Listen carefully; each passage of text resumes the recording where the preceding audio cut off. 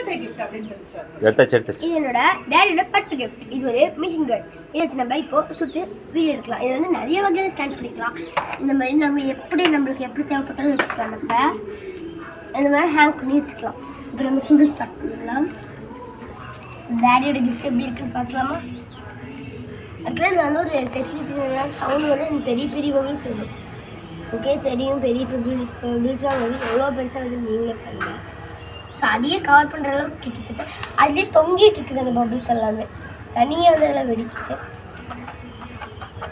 எத்தனை பபிள்ஸ் வந்து பாருங்கள், இன்னும் வந்துட்டு தான் இருக்குது.